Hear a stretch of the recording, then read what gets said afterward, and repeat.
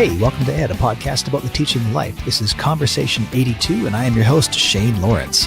Ed is a proud member of the Alberta Podcast Network, powered by ATB.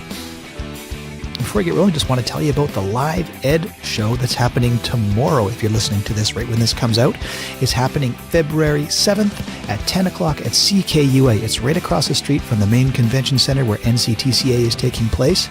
There's going to be prizes, there's going to be snacks, and of course, there's going to be a live podcast. We're going to be talking about personal PD. There's going to be some audience participation as well, so really hope to see you out there. That's 10 o'clock, CKUA building right across from the Edmonton Convention Center. Hope to see you there. And this week, I get the great opportunity to be joined by Jennifer Casa-Todd. Well, how are you doing today? I am exhausted. I'm like, I don't know if anything that I say tonight is going to be coherent. I just had a super busy day. There are some days in the library when, I don't co-teach one class, but today it was back-to-back classes, no lunch, after school meetings. It was like, wow. Anyway, it's all good. Awesome. It's all good for a Monday. and you've got classes? Or no, that's not till February, right? Yes, when I'm off, it's February. Yeah, so a couple weeks. You'll make it. You'll make it. Yeah. Is this going to be like I typically refer to sort of these transition times as kind of a wings on fire landing or like a nice landing. Like what's the landing going to be like for you think? Oh, wings on fire, I think. Yeah, I've never really done anything like this. So fly by the seat of my pants, leap with both feet. I've got to land. I don't know what I'm going to be landing on, but it'll be fine. It'll be fun.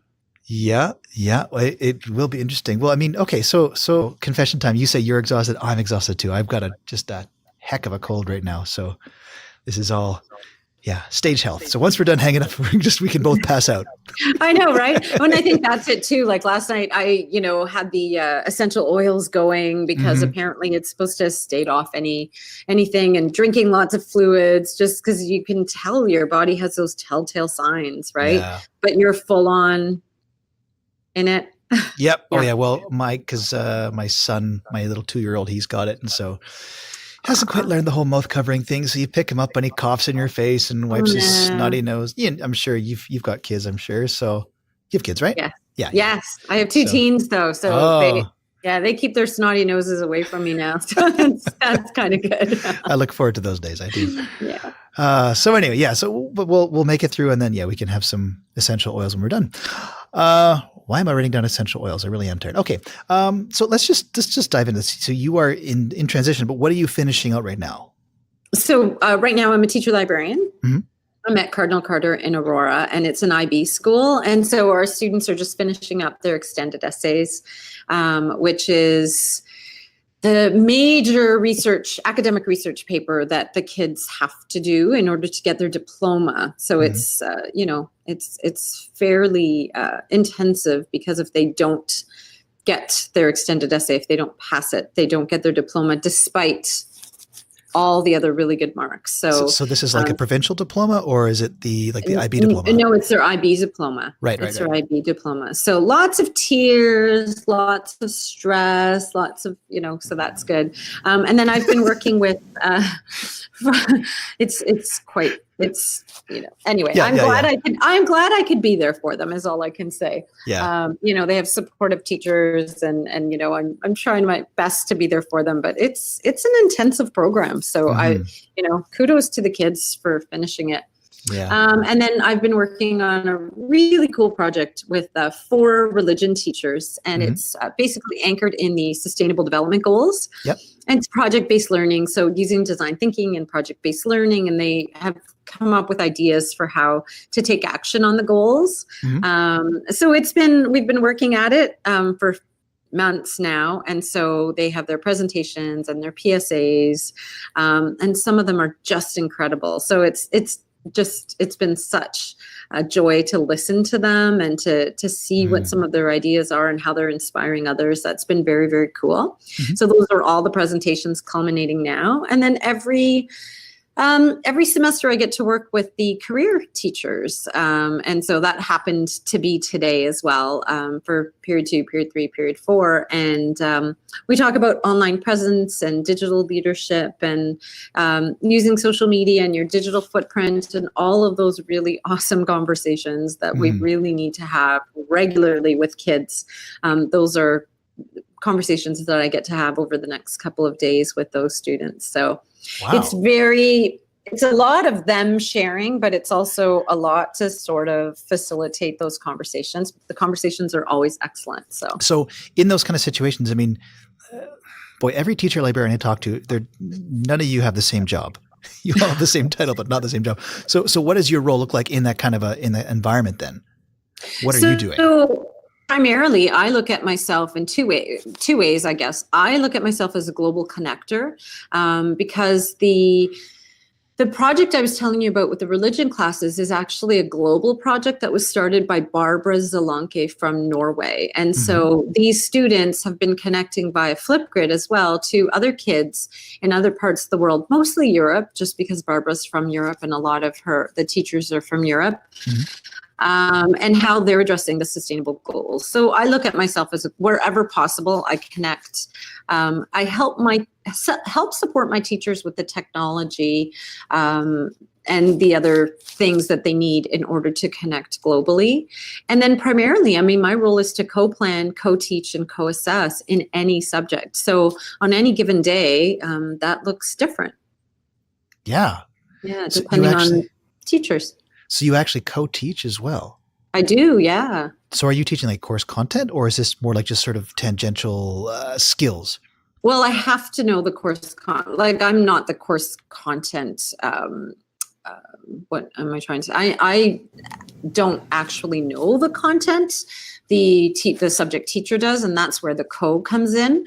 So I am aware of the curriculum, and I bring in the curriculum, and then we co-create rubrics and assessments and based on their curriculum expectations. So I bring in my literacy lens, my supportive technology, they bring in their content knowledge, and then together we usually put together something pretty cool. For some of the teachers, it's the first time, like these three, the three teachers with whom I'm working right now have never ever done anything like this. And so it's always interesting to gauge sort of how much teaching do you want me to do? How much, do you want me to model and you to sort of sit back? Do you want to do everything 50-50? That really looks different depending on the teacher.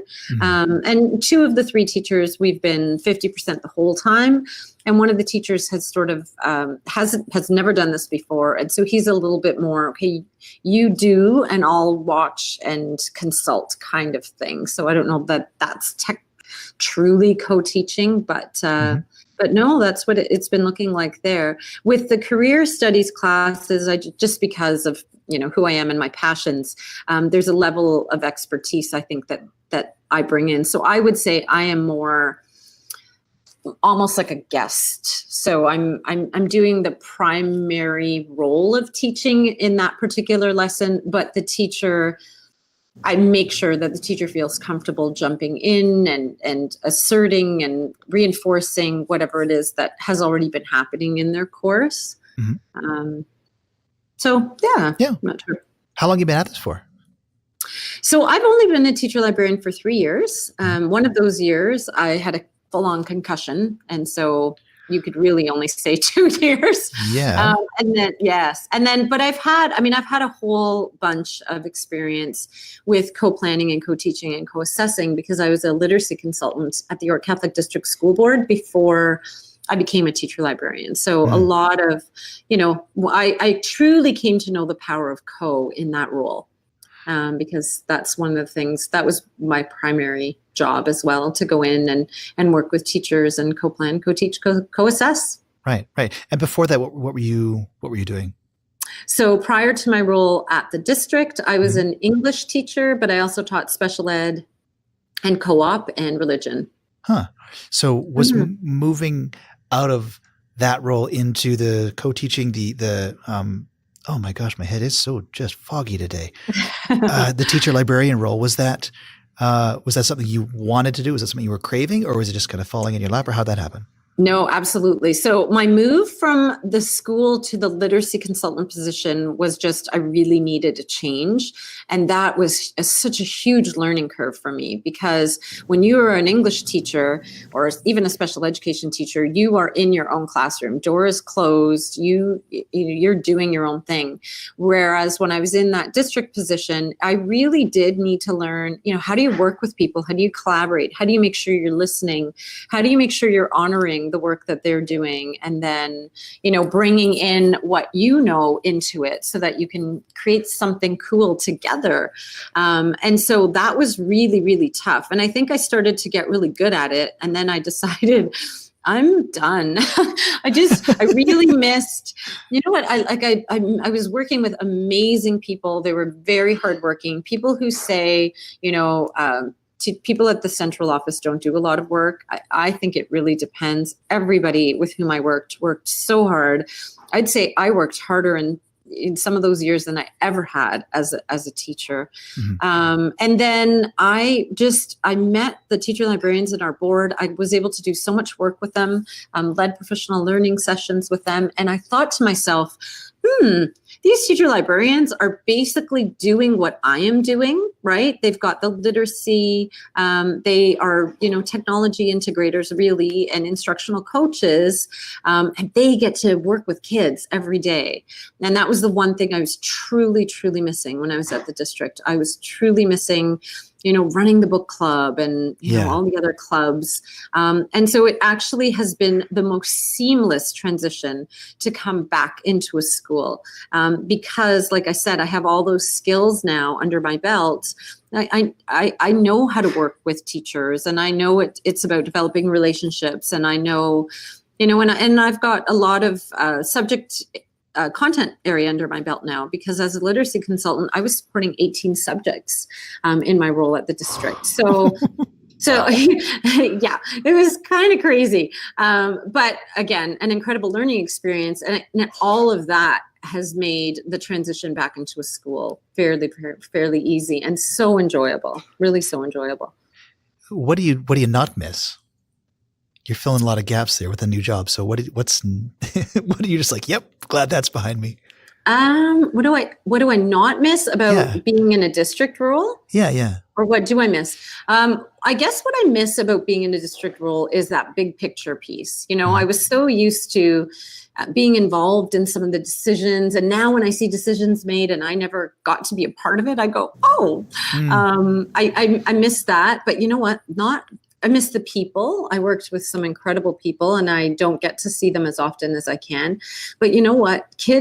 Teaching kids and being there for them and supporting them really does feed my soul. And so I'm absolutely happy where I am. In fact, taking second semester off next year was such a difficult decision for me, because I just felt like a traitor.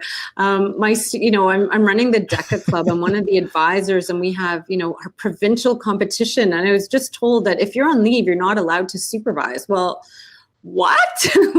And the kids are like, what do you mean you're not going to be there? And I'm like, and I'm truly, truly, truly sad. And, wonder, I know I made the right decision, because as I speak to my advisor, my professor, about the kind of research that I want to pursue, I know I need all the time. Like I really do. I could never have done this and still worked full time, but I do. It was a very, very difficult decision, because I just love that job so much. Well, so far from what I can figure out, you definitely seem like someone who craves change. Like you definitely want to have something new all the time. So is that what sort of pushed you now? Because you're going into this post-secondary learning you're doing a master's now, I think, right? I am, yes. Yeah. And I'm just at the tail end of it. I'm just finishing it. So in February, what's happening then? So in February, I am going to engage in a research project around the On-Ed student chat, of which I'm a mentor with Lee Castle. She's kind of our project manager, and an incredible group of students. So I still get to talk to students and be with students in that project for sure. So I will be doing that. and it's considered a master's project, but it is kind of working out to be a mini thesis. Okay. I'm interested in the impact mentoring has on how we use social media. And so with that group of students in particular, we have worked with them for almost over a year, and we do something called a tweet and talk, which is once a month. And the students they talk about subjects, they vote on things, they create graphics, they promote it on Twitter, and then they are just incredible leaders. And so I'm just going to be taking a look at some of what we've done in that project and what it looks like. This week's episode of Ed is brought to you by another podcast, Let's Do Coffee by the Maji Center at NAIT.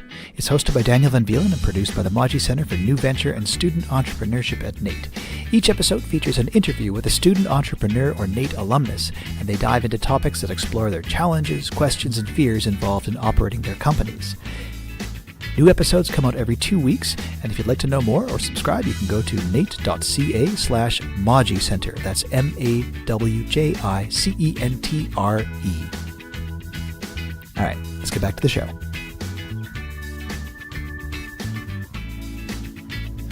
So can you flesh that a little bit? What's this research project actually going to be? What do you hope to get out of it? What I hope to find out is the extent to which mentoring students on social media, so in this case, YouTube and Twitter, I'm not quite sure, I'm really at the beginning stages. Yeah. I'm not quite sure if I'm only going to focus on Twitter or a combination of both. I still have to delve into that. And whether or not it changes the way students use social media. So can you give me an example of that? Yeah, I guess it's hard. I'm just trying to wrap my head around it here. So I guess it's hard if you don't. Are you familiar with the On-Ed student chat at all? Not really. No, let's just say that. Okay, so let me start at the beginning then. So okay. The On-Ed student chat is an opportunity for students to connect with other students across the province of Ontario and beyond, I guess, because we're on social media, and truly become role models in terms of how to leverage social media to connect with others, to get other people's perspectives, and to have conversations. And so we had this idea, and then we asked some students if they wanted to be a part of it. And one of the things that really has come through for me is students in the chat, some of our student leaders saying, before this experience, I looked at social media as just a form of entertainment. I had no idea that it could do this for me, that it enables me to connect with others. It enables me to have conversations, and it enables me to learn. And so just based on that, I really want to flesh out how it's having a positive or negative. I mean, obviously I have to be prepared for that, how it's having a positive or negative impact on their learning and on their perceptions of what social media is. So in an environment like where I'm sure a lot of teachers work, I know where I work, there's a lot of social media that gets blocked. What's your take on that? Should we be opening that up? Oh, do you have an hour? So I got a little time. Yeah. So the reality is that we should absolutely block pornography. We should absolutely block inappropriate things, right? But when it comes to, other things, there are districts who have the exact same rules we do that don't block. And so, we all have to abide by the same laws. And so it really, to me, it's not about whether you block or not block, because are you in a high school? Junior, senior. Yeah. Okay. So in my high school, Snapchat is blocked, and up to a little while ago, so is Instagram. Every kid was on their Snapchat account. Every kid. They have something called a VPN, and they get on it. So to me, it's not really about are we blocking and saying we've taken care of this because they're not allowed to use these? I feel like in some ways we're washing our hands out of our responsibilities. If we incorporate, if they're unblocked, and we then can leverage these tools for learning, and we do so regularly, even just once, have a positive learning experience or connecting experience using social media once, K to 12, would be in a far better situation than we are now. We have kids who have gone over a decade without ever using social media in the context of learning. And to me, there have been so many examples that show me that that is not the right path. Like, we've been on that path, and it's not the right path. And there are lots of districts and lots of teachers who are leveraging social media, and students. If you actually have conversations about some of the really interesting and creative ways they're leveraging social media professionally and strategically, some of them will really surprise you. And what they have in common is that they all have an adult mentor showing them the way. And so when Darcy from the On Ed Student Chat talked about not knowing what social media could be like, that was exactly what she was saying, that in my role, and Lee's role, and Brock's role, and Nicole, and the other teacher advisors, in our role as mentor, we have shown them something different. Well, we can't do that. It's hard to do that if we're banning and blocking, if that's our stance. Because then the message is simply that, well, social media is just categorically bad. Yes. And it's only used for education, where I think you and I know, because we have, a professional learning network. I know I do. I suspect you do too. Well, that's how I found you. Yeah. So right. If we're never showing our kids another use for social media in school, where else might they be getting that? I can think of a few places. Exactly. But here's the thing, though. I mean, I think about, okay, we can show kids educational uses for social media. There's times where I really feel like, okay, I've been to some sessions. And a lot of what I see is you can use Twitter for education. And it always feels like, yeah, but you're pounding nails with a wrench. So, I mean, can you give me some good use cases where we could actually say to the jaded teenager of today that this is really actually not just pounding nails with a wrench? Like, where's the examples where we're pounding nails with hammers? Do you know what I mean? Well, I think that the key is not to start with teenagers. I think when I look at my own kids, they say, Mom, like, social media, just stay away from it. It's ours, right? Ooh. That they already have some very, very strong feelings about the role of social media in their lives. But it's when we start to use them. I mean, I always bring, so in my book, Social Media, for example, there are a ton of examples, but, the first person I ever met, Kayla Delzer, she's a teacher in North Dakota. Do you know her? I haven't met her yet, no. Yeah. So anyway, I met her at a digital citizenship summit in San Francisco, and she has a tweeter of the day, an Instagrammer of the day, and a Snapchatter of the day. And I mean, that's crazy. I don't know how she could do all three. But one of the things, and again, the more I meet people, the more I seem to recognize that there are teachers out there who believe that mentoring kids at a young age, in order to make decisions, right? It's digital citizenship in context. One of the things she did was she had like a digital citizenship boot camp with her kids to begin with. And then after that, they sort of learned how to be safe online, because that's certainly important. I'm not saying it's not. But then by having a Twitterer of the day or a tweeter of the day or Instagrammer of the day, they're making decisions about what should or shouldn't be posted. You're asking questions of your kids like, are we allowed to be online? Like, do we, we're building a culture of permission. We're looking at the wording of our tweets to make sure that we're wording them properly so that they don't get misunderstood. So we're empowering kids with those kinds of skills, but then we're pressing send because technically it's a class account, and you shouldn't be under 13 to use them. And I remember my friend Stephanie Viveros, and with kindergartners here in Ontario, we talk about pedagogical documentation. And so she was teaching her kids to take pictures of aspects of their work that they're proud of. And then over time, when they learned to just take pictures with the iPad, she was able to include them in conversations about, what picture should we choose that shows what we've learned today? communicate and then communicate with parents. And in both cases, parents had been very interested in this medium. So now you have this layer of communication. We talk about the intergenerational digital literacy gap, right? That seems to exist. Well, now they're addressing that too. For me, with high schoolers, it has been more about how are you using it? For example, in this project that I was telling you about with the religion teachers, almost all of them chose to create, when I said, how will you spread the word? Almost all of them went to social media, because that's what they have come to understand. If you want people to get your message, if you want them to stop, today it was, not use water bottles, a campaign where they were going to reduce the use of plastic water bottles at our school. Well, they created an Instagram and a Twitter and a Snapchat campaign.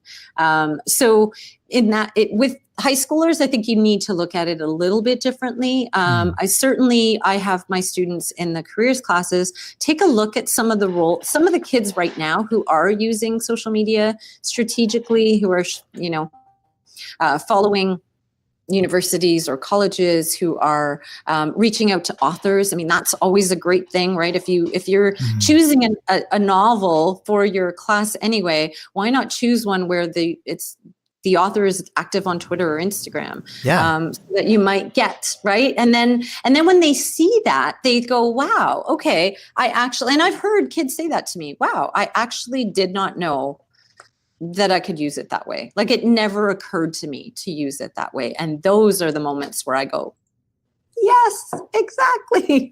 But you're right. It's definitely a harder sell with teenagers, but that's because, a kid said to me, Miss, I've been on YouTube for over a decade. You don't need to show me YouTube. I was like, okay, right? Like, he's absolutely right. I was able to show him something he didn't know, but still, right? Like, I think we need to be cognizant of the fact that these students, when they look at social media, they don't necessarily, they look at it as a way to connect with their friends. They don't quite get the bigger picture unless someone, and sometimes it's even a peer, shows them.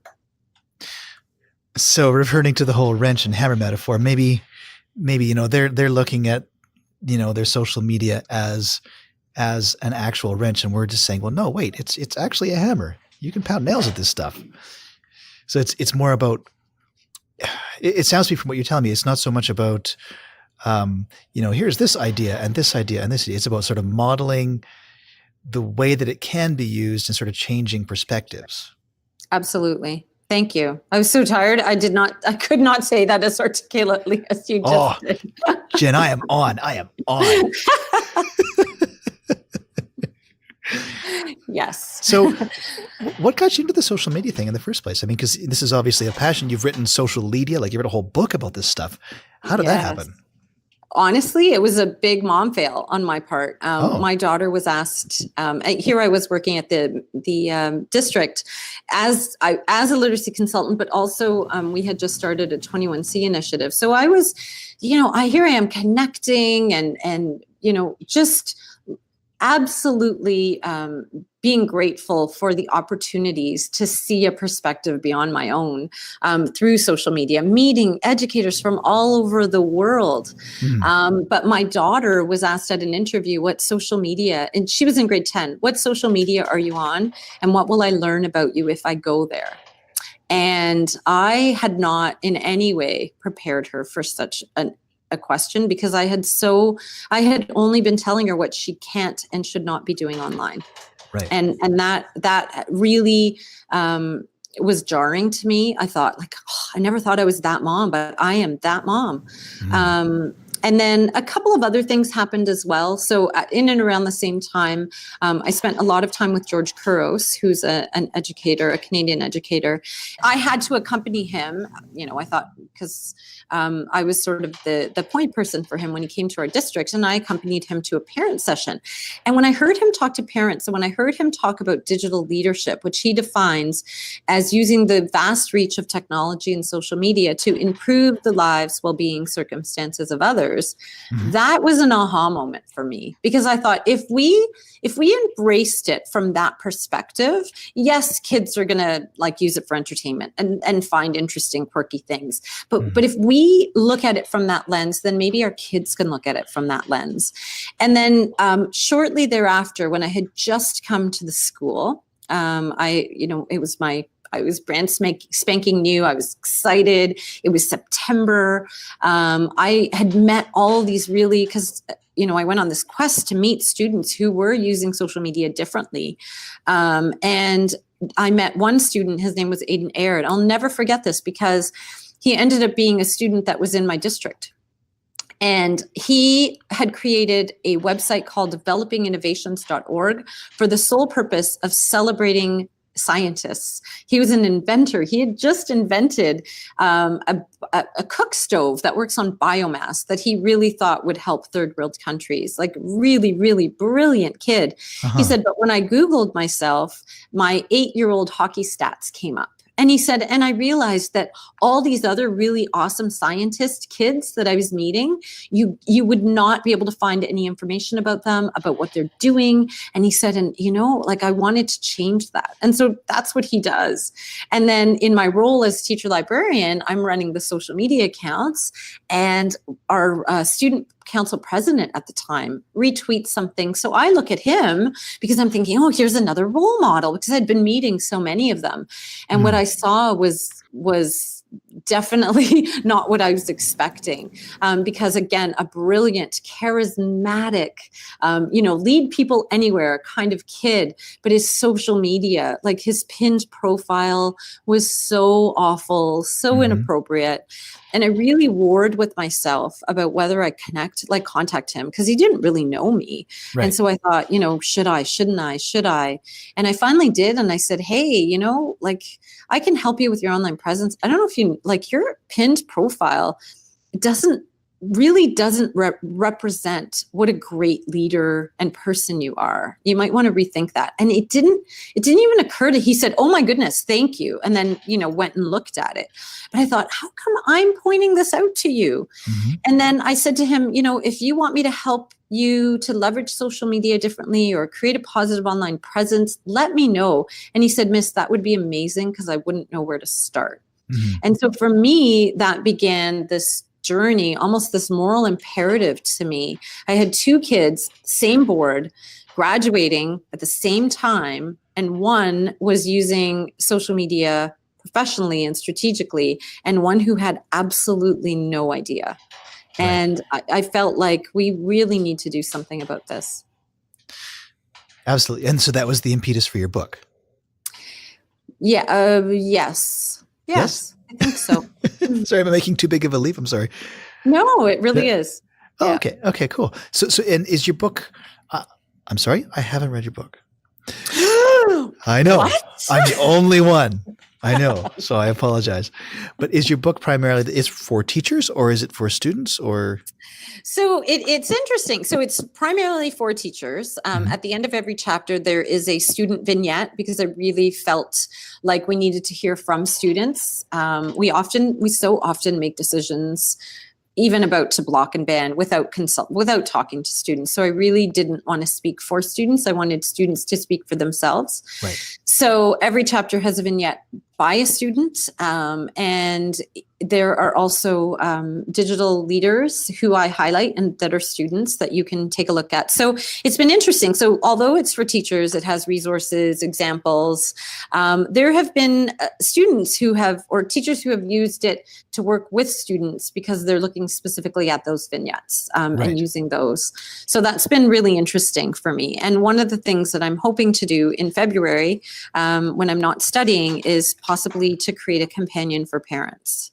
Because that's been one thing. When I speak to parents, they say, will your book be for us? And the target audience is not. It's a very teacher targeted book. So how's your teacher, instructional coach, IT, admin, that kind of thing. Broad audience, everyone buy it, right? Yeah. How's your daughter doing now then? You know what? She is great. She is stubborn as all heck. So, and then I learned, actually, it's kind of tragic. So she's now at Guelph studying marine biology. Okay.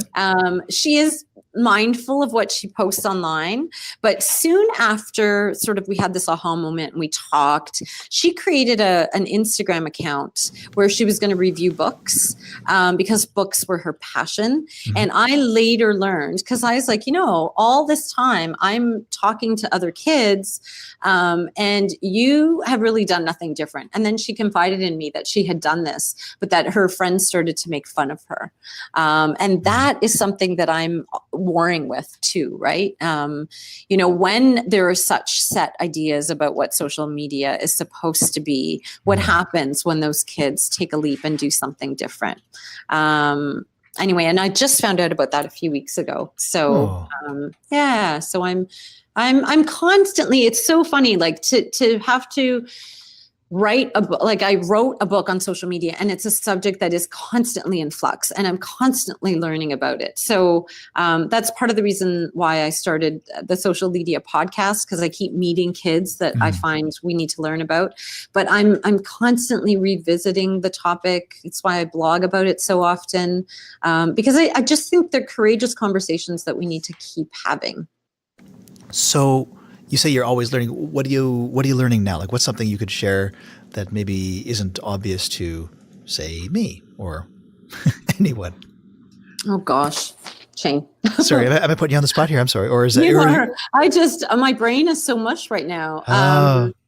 Something that I've learned. I mean, even today, I guess So I think one of the things that I'm learning the more I talk to kids is not to make any assumptions. Not to make assumptions about what they know or don't know about privacy, what they know or don't know about safety, and what they know and don't know even about the importance of, or what they know or don't know about the fact that human resource or applications are now increasingly Googling people or asking about social media, right? They know about that, I think, on one level. So bringing out those conversations and not coming at it from the adult judging point of view is really, really, really important. And I continue to be surprised, sometimes even at my own assumptions. And then I have a conversation with the student and I go, all right. And I mean, we had 3 different really amazing conversations, even today. I just can't recall any of them, but that's one thing that resonates with me, is don't make assumptions. Yeah. Isn't that the truth? Yeah.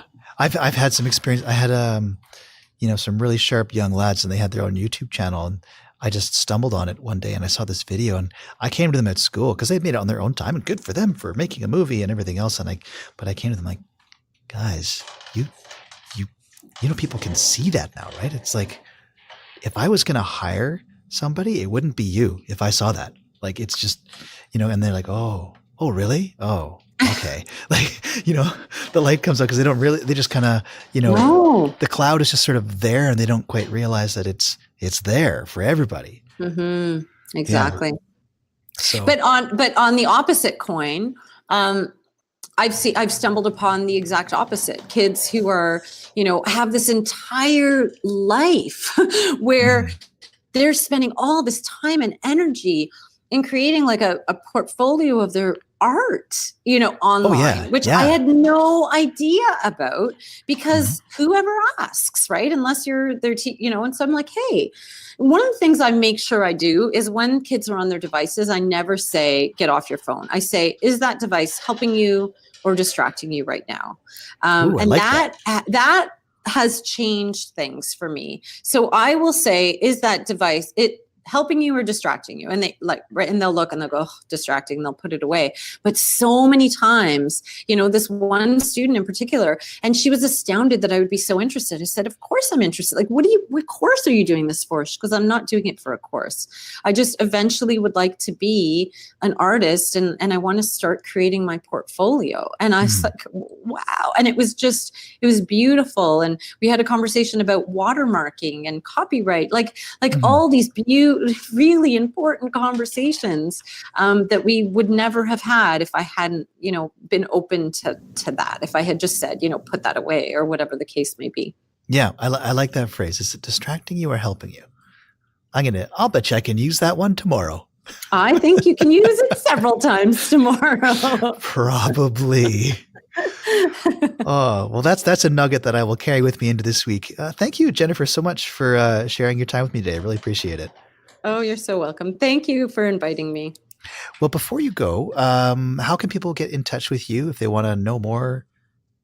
I am on Twitter at Casa-Todd is my handle. Mm-hmm. I blog at jcasatodd.com and there's a contact in there.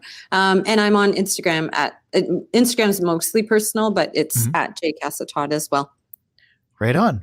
Well, we'll put those in the show notes and enjoy the rest of your evening. I hope you have some time to just relax. You too. I hope you feel better. Well, I'm sure I will. Thank you so much. Thank you. All right. I love books, and I would like to join a book club, but it seems like such a big commitment. Why is that? Reading a whole book in a month, that takes a lot of time. Well, what if it was only one chapter, say, a week? Organizing to meet up with people is a lot of work.